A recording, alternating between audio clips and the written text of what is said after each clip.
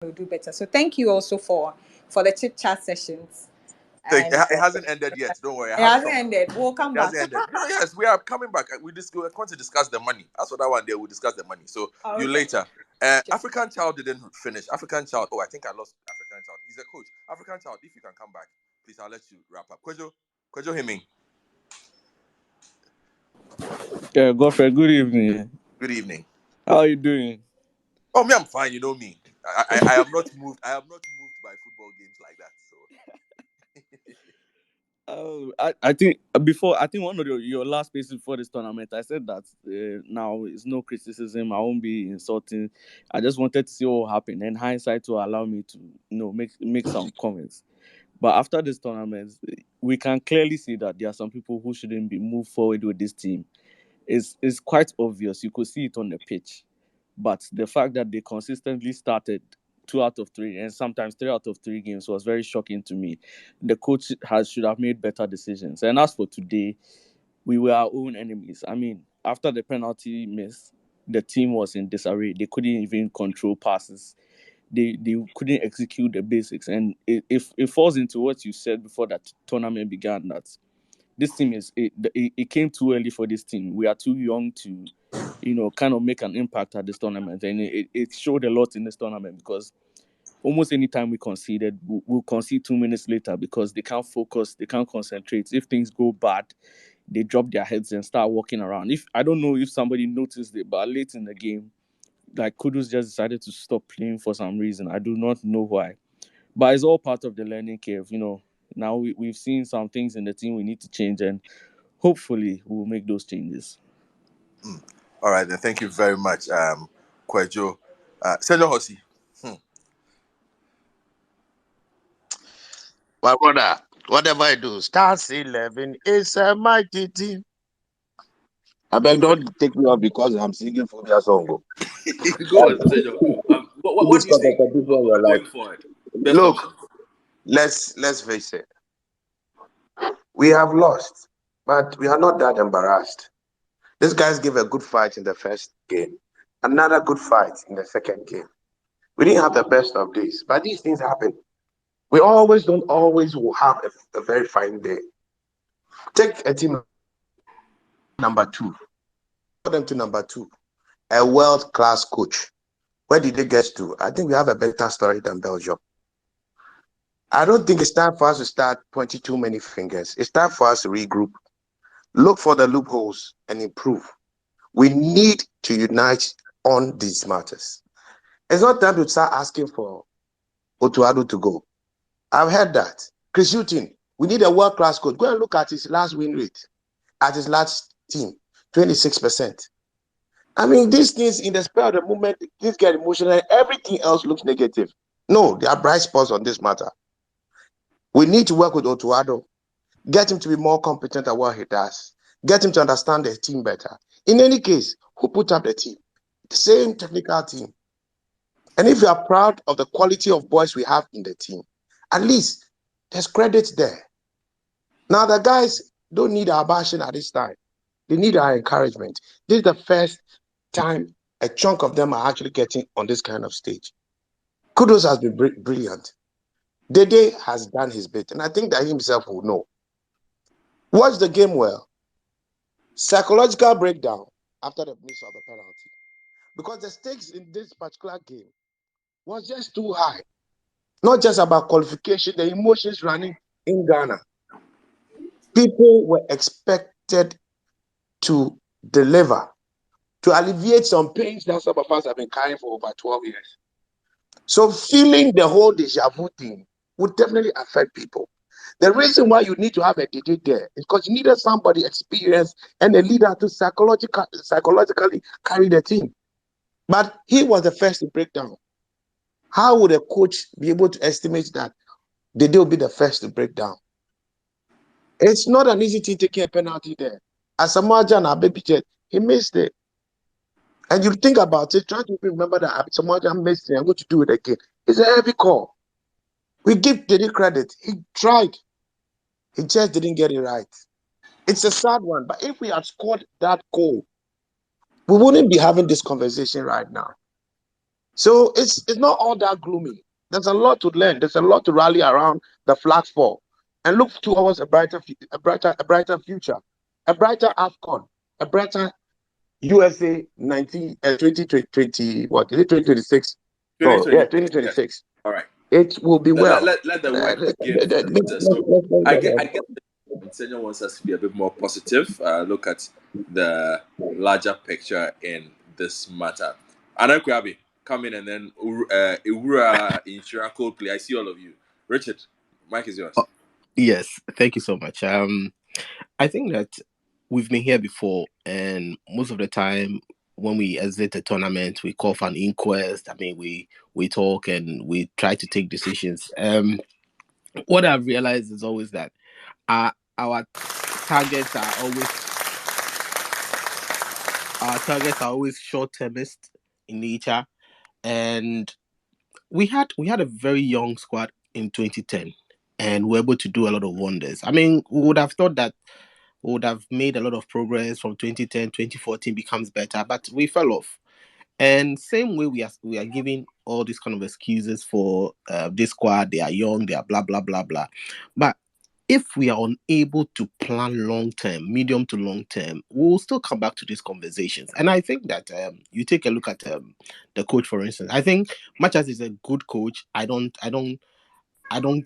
subscribe to those who say he's bad. He has something good in there, but going into a tournament, if you want to plan long term, you need someone who is committed, right? So this business of having a coach who is part time and people to assist, I don't think it works well. No serious football nation would thrive on that approach.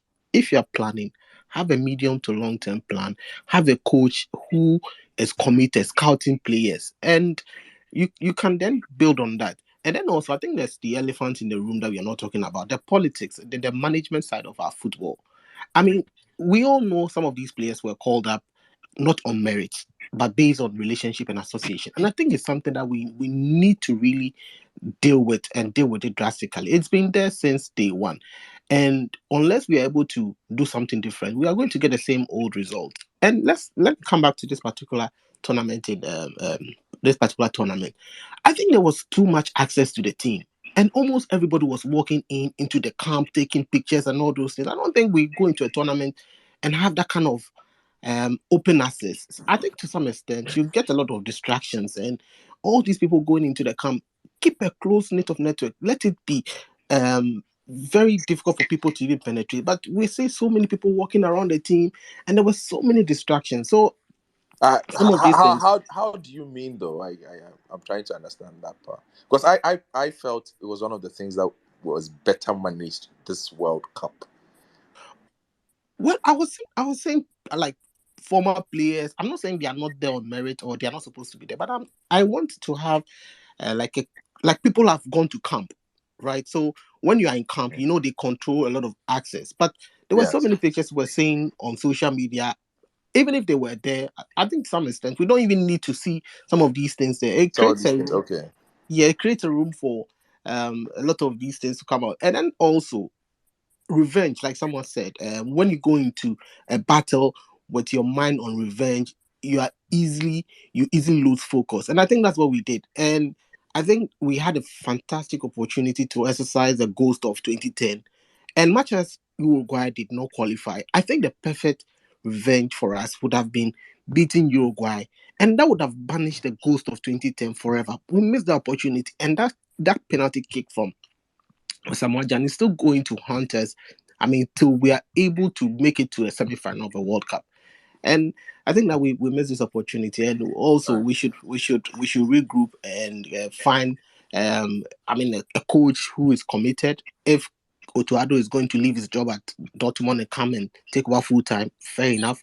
But if not, we need a coach who is committed, who is able to scout players and find out about their strong positions and all that. Not coaches who come and tell us that they didn't see a particular player playing for his team. I don't think those things are going to help us if we are going to perform well at the next AFCON.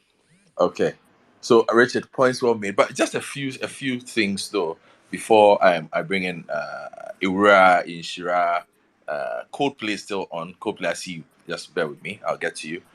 One, and I have to, I don't know how many times I've had to repeat this. Otado is not continuing as Black Stars coach. He signed on to coach until after the World Cup, and he did say that after the World Cup he is going back to his job at Dortmund. So he was very explicit. He's been explicit in saying, I am not interested in the Black Stars job post the World Cup. I feel more comfortable working in my Borussia Dortmund. So he's not even a consideration in that regard. So when it comes out, oh, this, and I just feel that information, I don't think it has gone down as much as I thought it would. I thought it was common knowledge, but quite a few people seem to have mentioned the fact that, oh, Otto might not be the guy for it. Yes, but officially, before the World Cup, he had said that he was not interested in coaching the team going forward after the World Cup. He would return to Borussia Dortmund. And then the second point, again, quite a few people have spoken, and you get. So it looks like there's a bit of a debate.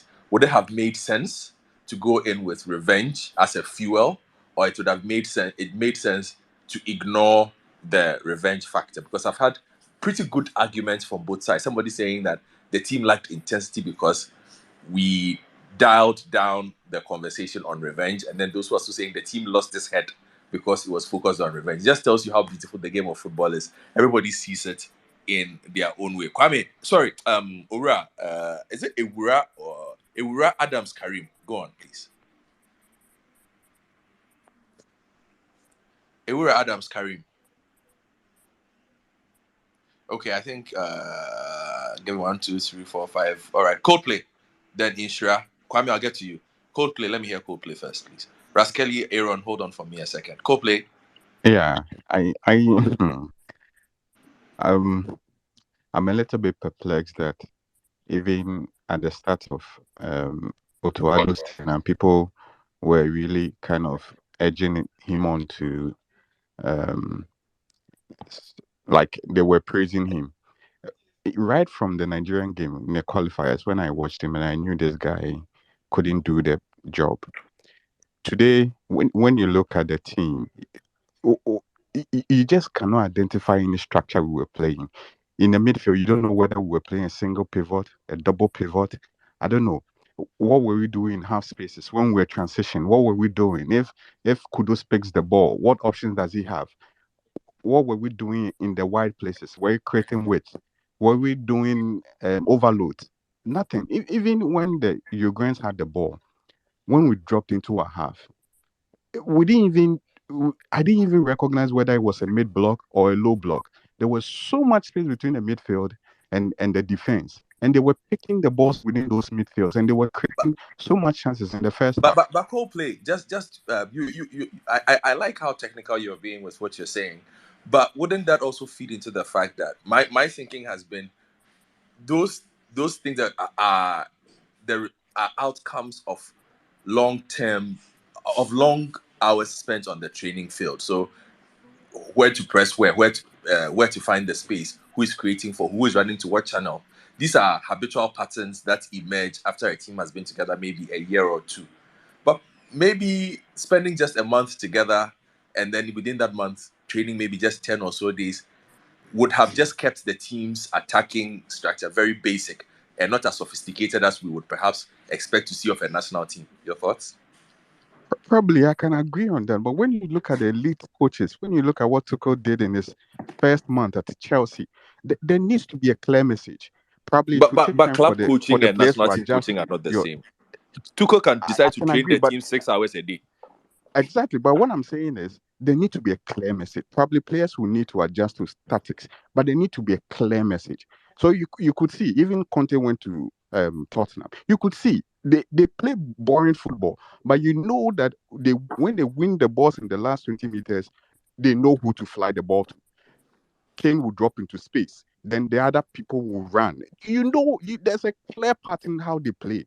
So I'm saying that yes, you could need time to adjust, but you have to let's see the structure. Let's identify the structure. What are we playing when we don't have the ball? Do we drop into low block? Do the forward players fill in at the width so that Probably we could form a triangle so that they couldn't pass it through the middle, or we should let them go through the wings. Then we defend there. But there was nothing. I didn't see anything. We were just playing on individual brilliance, and sometimes we were making individual mistakes in the whole field. When Williams go to press, sometimes I see he likes pressing. Probably Yeah, sometimes winning balls and running through the channels, and we fly the ball. Who is winning the second balls? No exactly. one. No one is winning the second balls. And Uruguay was so comfortable with that. So when we have the ball, they didn't see any threat to it. They know we'll give it to Samet. Samet will pass back. They will pass square balls back Mhm. to um, Salisu and Amate. Then they were comfortably sitting in their ship because the ball, there was no threat. So I was like, okay, how are we going to score this goal? Because we were trying long balls, it wasn't working. We were trying short passes, we didn't transit. Everything was not working. So I was like, no, we can't do this. If you are playing at a high level tournament, you can't be doing this. You can't be doing this. I'm disappointed. I'm hoping after this World Cup we can sit down and recess, pick a particular coach who can utilize the talent of the Black Stars. Then we can move forward. As for Tuado, look, you can let driving lessons at the driving school, but that doesn't mean you can drive at night to Cape Coast. It's a different thing altogether. Mm. All right, So then. Thank you. probably, Thank you very yeah, much, thanks. Coldplay. Very, very technical discussion that you've perspective that you've brought. Inshira, let me hear you. Hello, Godfrey. Good afternoon. YT captain. I'll get to you after Inshira. Good afternoon, Godfrey. Hey, Raskelly, please also hold on for me, and Aaron, I beg you. Yeah, go on, please. Hello, good afternoon, Godfrey. How are you? Yeah, I'm good. You've kept me on the line for a while. It's 5 a.m. here for me, all the way in Australia. I've been trying to sleep. Hey, Charlie, sorry. You are down under, bruh.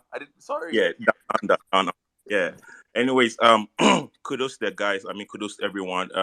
Everyone's really speaking well. For me, right before the World Cup, when my friends and I were chatting about predictions and whatnot, I said this World Cup is going to be all about tactics and the coaches. Because coming into the tournament, most teams have players. On paper, most teams have very, very good quality players. But then it all comes down to your tactics and your coaching. And to me, the coaches have been poor. I mean, tactics have been poor. Not just our team, the Black Stars, but you look at across all the teams, like tactics have been very poor. Argentina's first match, we saw that. Even Brazil's second match, we saw that as well. So I feel like as Senor said, we shouldn't be too harsh on the boys.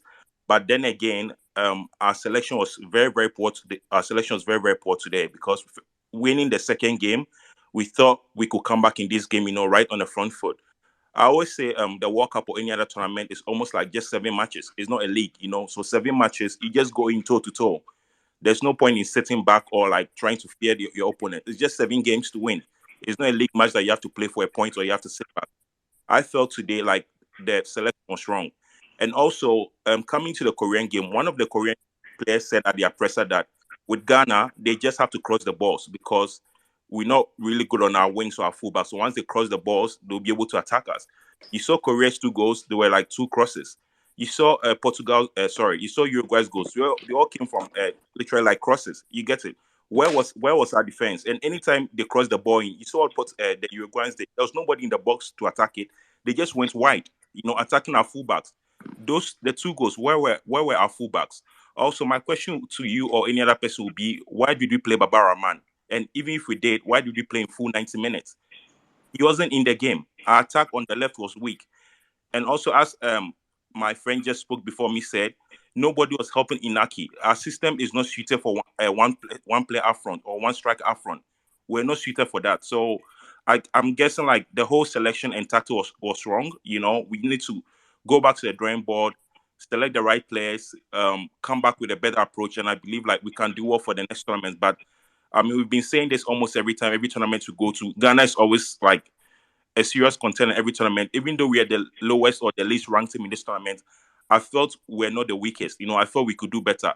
Personally, I actually have had hopes of us progressing out of this group. It's rather unfortunate that like whatever happened should have happened. I mean, the penalty kick was very unfortunate. You know, Dede was the right person to take it because he's the captain, he's the leader. You know, there was no other person like better suited to take the ball. It's a penalty